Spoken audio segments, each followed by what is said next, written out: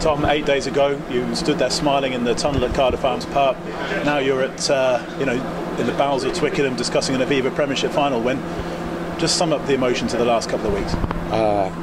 It's difficult. I pretty much collapsed with emotion and in tears at the end of that game. That's 9-10 months of daily grind, of hard work from the whole squad. I talked about the squad effort last week and how important that was, and that was fine margins. That was literally the longest game I've ever played in, and it could have gone either way, but to hold out the way we did, to keep attacking in those final minutes, to back ourselves, our fitness, to back our defence at times when they were breaking us down and scrambling and holding them at bay, big ball carriers like Vunipola, dangerous attackers like Ashton, and just to get a bit of rub of the green as well, and to finish like the way we did.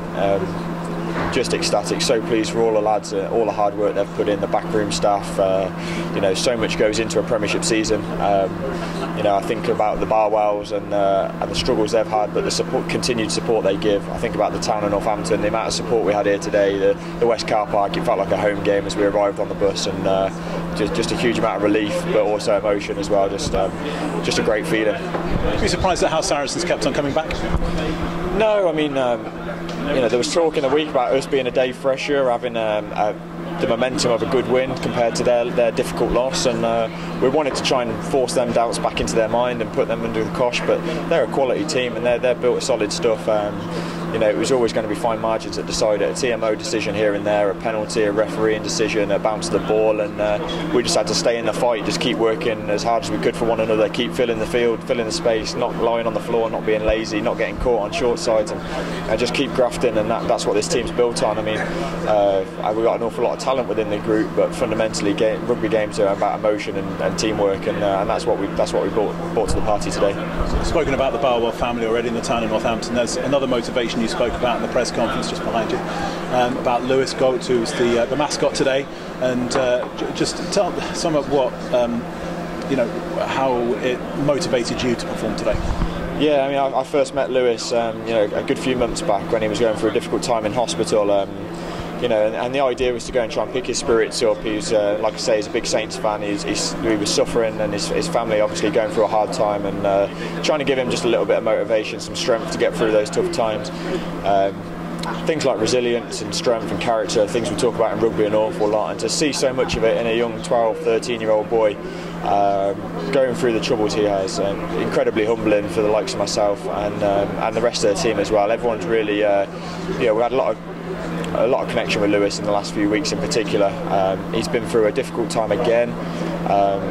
Having been cleared, he then got told he had a pretty significant tumour on his lung and had a major operation. He was told that having wanted to be mascot, he wasn't going to be able to make it because the rehab time frame and everything else, and he just had none of it. He said, stuff that. He proved his fitness to the nurses and everybody else. He had his Saints shirt on, and he was in the tunnel to lead us out today. And as a rugby player, that's incredibly inspiring. Seeing that in such a young fella, really humbling, and filled me with pride to walk down the tunnel with him today, and to see him in such fine form. And in the press conference, I dedicated the win to the likes of him because he's provided us with so much strength in recent weeks and motivation, and you can't walk down the tunnel with a guy like that and then underperform. It's just not possible. One last question: 3 finals this year. The Wanderers getting to the Aviva A-League final, Premiership Rugby Academies League title for the under-18s. 2/3 the crowd here at Twickenham today, a couple of trophies at the end of it. Saints are in a pretty special place right now, aren't they? Yeah, I mean, it's been an epic season, and as I said last week, credit goes to the whole squad and all the backroom staff. That's a difficult thing to manage. You've got multiple competitions, you've got internationals away, people have got to step up, academy guys have got to come to the fore, and we've got to rotate our squad, and everyone's done that, and it's given us the luxury of that rotation later on. It's given us the selectors and the coaches positive selection headaches. People have been fit, so the conditioners and the medics have obviously been doing a good job keeping people on the field.